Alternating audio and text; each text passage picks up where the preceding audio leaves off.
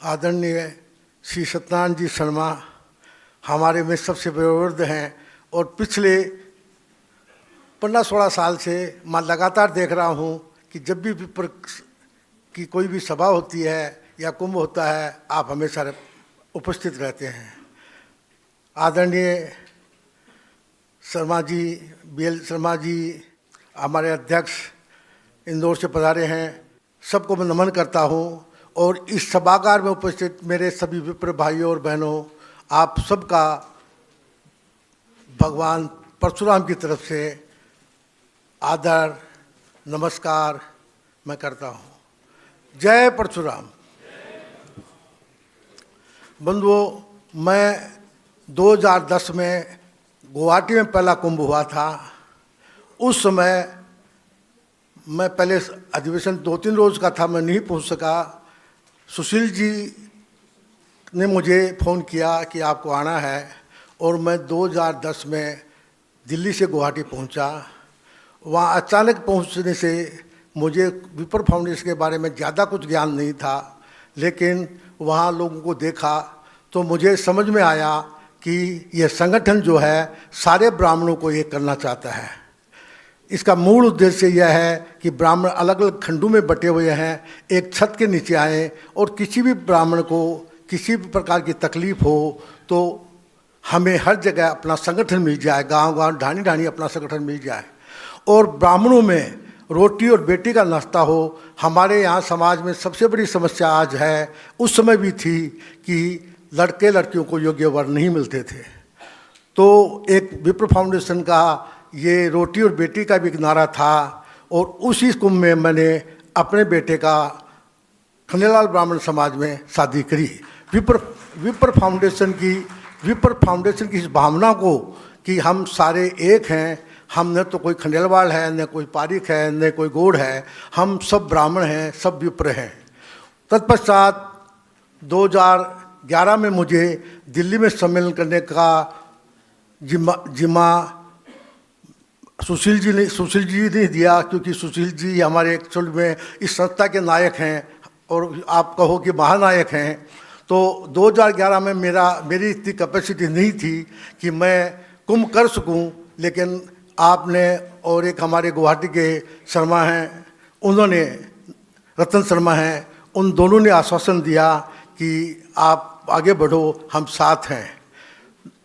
हमारा भाई, छोटा भाई पवन पारिक भी है, उसने भी साथ दिया और हम लोगों ने 2011 में बड़ा विप्र कुंभ किया। काफ़ी लोग छतरपुर में किया, काफ़ी लोग आए। उस समय एक संकल्प हमने लिया कि विप्र का अपना भवन बनेगा। उस फंक्शन में ये संकल्प लिया गया कि विप्र का अपना भवन बनेगा और हम विप्र को किस तरह आगे बढ़ाएं, उस पर काफ़ी गहन मंथन भी हुआ। और उस समय ही मैंने पहले घोषणा करी कि अगर विप्र अपना भवन बनाता है तो मैं 11 लाख रुपया अपनी तरफ से देता हूँ। आज मुझे ये देखकर खुशी है कि हमने तो एक भवन की कल्पना करी थी, लेकिन आज कई भवन बन गए हैं। और सबसे बड़ी बात यह है कि जयपुर में जो भगवान परशुराम ज्ञानपीठ बना है वो मेरे जीवन की सच्ची कल्पना के अनुसार बना है। मैं पारिक समाज में काम करता हूं और मेरी एक मजबूरी क्या है कि मुझे पारिक समाज में भी उतना ही काम करना पड़ता है और यहाँ फिर विप्र समाज में भी, क्योंकि मेरे सब अपने अजीज हैं, तो यहाँ भी आना पड़ता है। तो हमने वहाँ पारिक समाज में एक कल्पना करी थी कि पारिक समाज का कोई भी बच्चा शिक्षा का अभाव में वंचित नहीं रहे और हमने आज तक 1 करोड़ से ऊपर की छात्रवृत्ति लोगों को दी है। हमारे कई बच्चे CA IAS काफ़ी बने हैं और काफ़ी लोग कार्य कर रहे हैं। यही भाव आज हम विप्र फाउंडेशन कर रही है कि हमारे पूरे ब्राह्मण पारिक भी विप्र फाउंडेशन में ही हैं। यही भाव आज लेके विप्र फाउंडेशन आगे बढ़ रही है और जिस प्रकार से हमारे समाज को आगे बढ़ा रही है, मुझे बहुत खुशी है और इससे हमारा समाज आगे जाएगा। हमारे समाज में सबसे बड़ी कमी क्या थी, मेरी तो उम्र थोड़ी है, दिखता नहीं हूँ, तो 30-35 साल पहले ब्राह्मण कहीं भी था। मैं आसाम और बंगाल में रहा हुआ हूँ, तो खाली महाराज की नौकरी मिलती थी, और नहीं तो ज़्यादा वो क्या बोलते दिल्ली की नौकरी मिलती थी। और अगर बढ़िया का आदमी होता था तो ये हमारे फूल फकर साहब है, ये हमारे कोठारी हैं, ये हमारे वो हैं, वो भले ही मुनीम बराबर का हो लेकिन उसको बड़ी इज्जत से देखते थे। और मुझे उस समय जीवन में सबसे बड़ी हीनता महसूस हुई कि तुम्हारा जीवन व्यर्थ है कि बनियों के यहाँ नौकरी करके और इस तरह का जलील देखे। उसी समय मेरे दिमाग में सबसे पहले बात आई कि जल्दी से नौकरी छोड़ के अपना व्यवसाय करेंगे और हम अपने समाज को आगे बढ़ाएंगे। उसमें जब मैं थोड़ा सा कुछ लायक बना, मुझे लगा कि तो हमने पारिक समाज में एक ऑल इंडिया पारिक महासभा का गठन किया, दिल्ली में भवन बनाया और राजस्थान के कम से कम 30 जगह हम लोगों ने भवन बनाने में सहयोग किया। हमने अकेले नहीं बनाया, लोगों को मोटिवेट करके भवन बनाए। आज उससे फ़र्क क्या पड़ रहा है कि आज हमारे विप्र समाज की एक पहचान बन रही है। पहले ब्राह्मणों को हम ज़्यादा, मैं भी राजस्थान भी रहा हूँ शुरू में, तो क्या देखते थे गांव में, पंडिताई, अधिकतर पंडिताई, इससे ज़्यादा कोई काम, या कोई अध्यापक बन गया, थोड़ा शहरी आदमी तो अध्यापक बन गया। लेकिन आज हमारे ब्राह्मण समाज पिछले 30-35 साल में जितने आगे बढ़े हैं, मुझे ये देखकर बहुत खुशी है। कई बनिए तो यहाँ तक कहते हैं कि आप तो ब्राह्मण नहीं हो, आप तो बनिए हो। ये हमारे लिए अब गर्व की, कभी जब सुनते थे महाराज की बात सुन के हमें नीचा देखना पड़ता था, आज हमें गर्व होता है कि नहीं, आप बनिया हो, आप तो हमारे भाई हो। दिल्ली में हमने जब भवन बनाया 2014 में, दिल्ली में कोई पारिकों का भवन नहीं था, तो मेरा एक मित्र बनिया है जो हमारे समाज का, हमारे व्यापार का अध्यक्ष था, मैं उपाध्यक्ष था, तो उसको मैंने दिखाया। तो उसने देख के मुझे पहले बस, बाबूलाल यार ऐसी जगह तो हम तलाशते हैं, तुम लोगों को कैसे मिल गई? मुझे आज मैं बोले भाई हम भी इंसान हैं, हम भी कुछ कर सकते हैं। तो आज जो हमारी संस्था विप्र फाउंडेशन जिस तरह हमारे समाज को आगे बढ़ा रही है, कितने प्रकल्प चला रहे हैं, मेरे को तो इतने प्रकल्प याद भी नहीं रहते, लेकिन जिस तरह समाज का उत्थान किया जा रहा है हर क्षेत्र में, जगह जगह भवन, जगह जगह शिक्षा का प्रसार, आपका कंप्यूटर शिक्षा का ज्ञान, ये जो चीज़ें हो रही हैं मेरे समझ में हमारे समाज को निश्चय ही आगे बढ़ाएंगी। ज्ञान देने के लिए तो देखो बहुत है, असल तो बात है कि हम समाज में क्या करें, क्या कर सकते हैं।